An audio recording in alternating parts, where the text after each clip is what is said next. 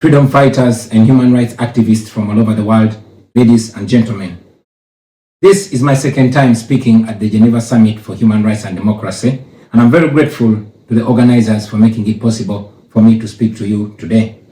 In 2022, I spoke about a country that I call home, Uganda, a nation of 50 million people living under the violent military dictatorship of General Yoweri Museveni, who has for 40 years twisted the law and used the military to stay in power. I told you of how I ran for president against him in 2021, how it was the most violent political campaign yet, and how he massacred hundreds of our people on the 18th and 19th of November 2020. How he shut down the internet on the eve of the election, imprisoned me inside my home for weeks, and then declared himself winner of the 2021 presidential election. Now, it is 2026, and here I am again, speaking to you at the Geneva Summit.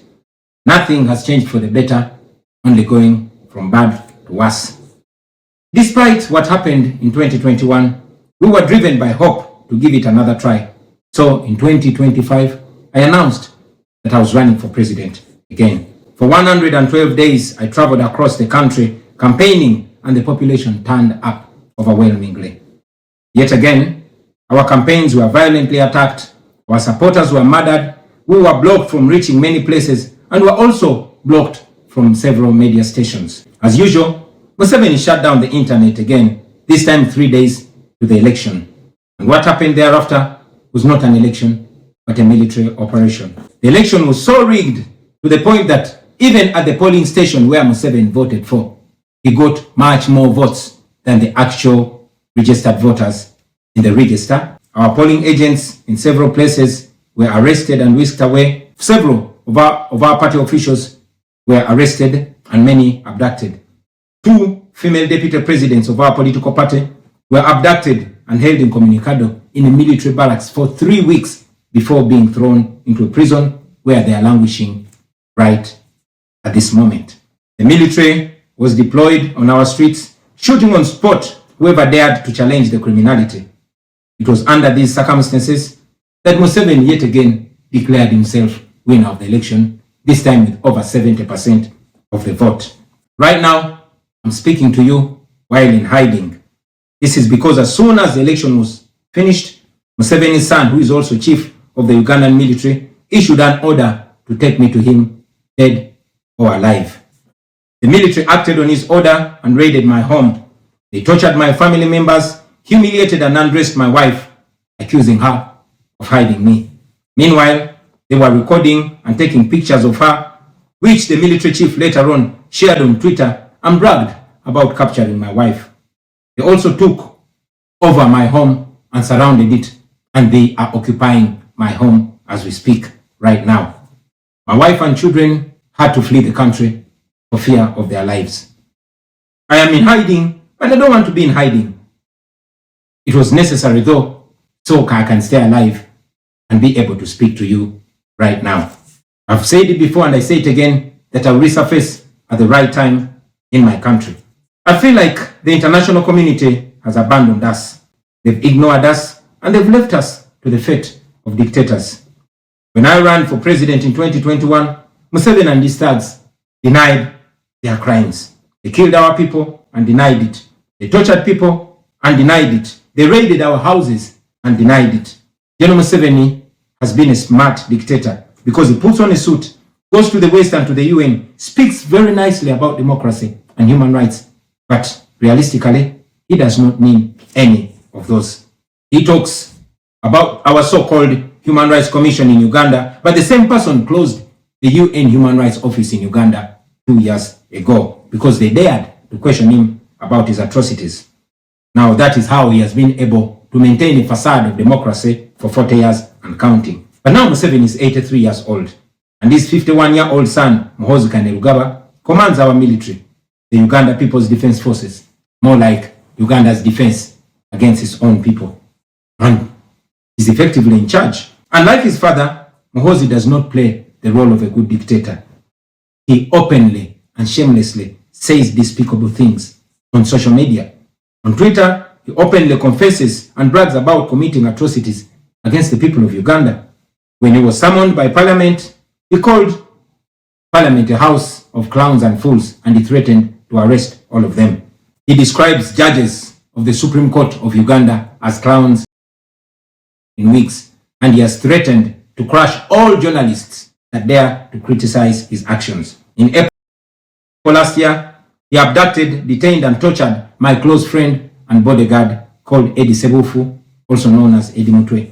He later on posted on Twitter naked pictures of Idi, boasting that Idi Mutwe was in his basement learning Museveni's mother tongue, Unyankole. Last month, he bragged about killing 22 of my friends, and he said that he's praying that I am the 23rd person for him to kill. In other words, Museveni and his son no longer fear international retaliation for their crimes. They've been so emboldened by your lack of action. They know that they can murder their own people, imprison them, torture them, remove their fingernails, push needles down their testicles, and nothing will happen to them. Now, they're using rape as a weapon. Boys and girls, men and women, people of all ages have reported being sexually assaulted by Muhoozi's military. And it's not rare. The majority of the people that they capture and unlawfully imprison have reported being raped, whether men or women. It is no longer possible, ladies and gentlemen, for the international community to deny Museveni's violence and atrocities. It's all over social media. And today, I am talking about it to you. Now, this is our call to action. The way I see it, if the international community continues to be complacent, then Uganda will go from bad to worse. Museveni and his son's military will massacre many more innocent Ugandans. You, ladies and gentlemen, in the Western world, will be forced to grapple with millions of Ugandan refugees pouring into your countries. And maybe then, the international community will come and commiserate with the people of Uganda, just like they did after the genocide in Rwanda, but it was too late. The second option is that the international community rises to the occasion. You stand by the values that you profess, democracy and human rights. You can rein in on General Museveni and his son through targeted sanctions as well as financial and legal pressures. Ladies and gentlemen, Ugandans are not seeking for pity. Ugandans are only seeking to see the world take action against the individuals that have violated their rights for far too long. Those that have abused democracy with impunity should be the starting point. Please sanction these individuals. Sanction General Museveni. Sanction General Muhoozi. Sanction all the police and military officers that are responsible for gross human rights violations. Sanction those commanders. Sanction the judicial officers that have aided criminality through deliberately misinterpreting the law or skewing it. Those that normalize electoral fraud. Those that remand to prison suspects that should actually be sent to hospital. Sanction these individuals because their combined efforts in the last election effectively give autocracy a blank check to rule over the people of Uganda for 5 years. We call upon the international community to treat General Museveni exactly how they treated Idi Amin, because Idi Amin did what he did to Ugandans for only 8 years. Museveni has done much worse to the people of Uganda, and it has been for 40 years and counting. Because of the inaction of the international community, Museveni's mode of dictatorship and human rights violations is being seen as acceptable in the region, and it must be stopped before it is exported to other countries in the region and in the continent. We ask the international community not to recognize Museveni's regime because it is not legitimate. Please terminate any forms of cooperation with this government because he is not legitimate. On our end, as the people of Uganda, we are committed to non-violent means of changing our country, non-violent means of putting an end to this 40-year-old dictatorship. And you can be sure that the people of Uganda will sooner or later free themselves, because oppressed people cannot stay oppressed forever. With your help, friends, with the help of the international community and development partners, we can change our country. We can liberate Uganda before it is too late. Thank you for listening to me, for God and my country.